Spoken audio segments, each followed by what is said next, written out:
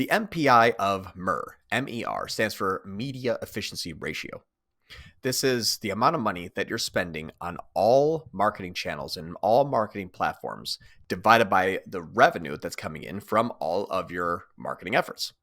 So, a good way to think about this is all cash in, all cash out. If I spent all of this money and all of this marketing, what is all of the revenue that's coming in? It's very similar to CAC, but instead of measuring all of the money that's going out and all the customers are coming in, you're simply doing a kind of a top line blended ROAS metric of all cash out and all revenue in.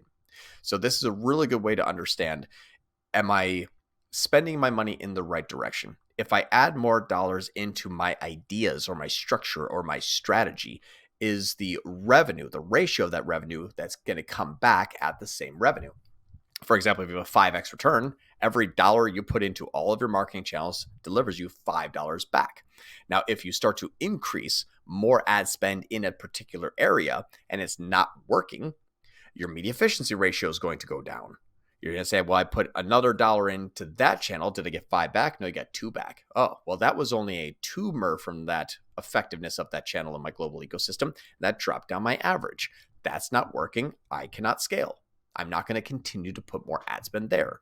Now, it's up to a person that can understand, or a company that can understand the blended ratio between all of those marketing channels and how they all promote the customer journey through your pipeline and how to generate that demand. So it could be overspent or underspent in some other area that can help that. It doesn't mean that I put a dollar in here, it didn't come back out, must not work. It just means that it may not have been effectively spent. And that's what I like about media efficiency ratio is how efficient is all of your media. Some people use the term marketing efficient ratio. I don't really like that too much because I think the media is actually a term that can be used by all of the media that you produce. It's not necessarily attributed to a click like a marketing efficiency ratio. These are going to be things like YouTube and even CTV, connected TV ads. Those things are really non-click networks, but it's still media. If it's effective, it should return. Now, where it will return is going to be probably inbound brand search and organic and direct, but that's how you kind of measure your all cash and all cash out. It is agnostic of attribution. And that's truly the best way to measure your company because it also takes into consideration your new and returning customers. If you spend more money to acquire a new customer, your media efficiency ratio is going to go down as that customer then makes their LTV payments to you by buying more products and services from you. Your MER comes back up.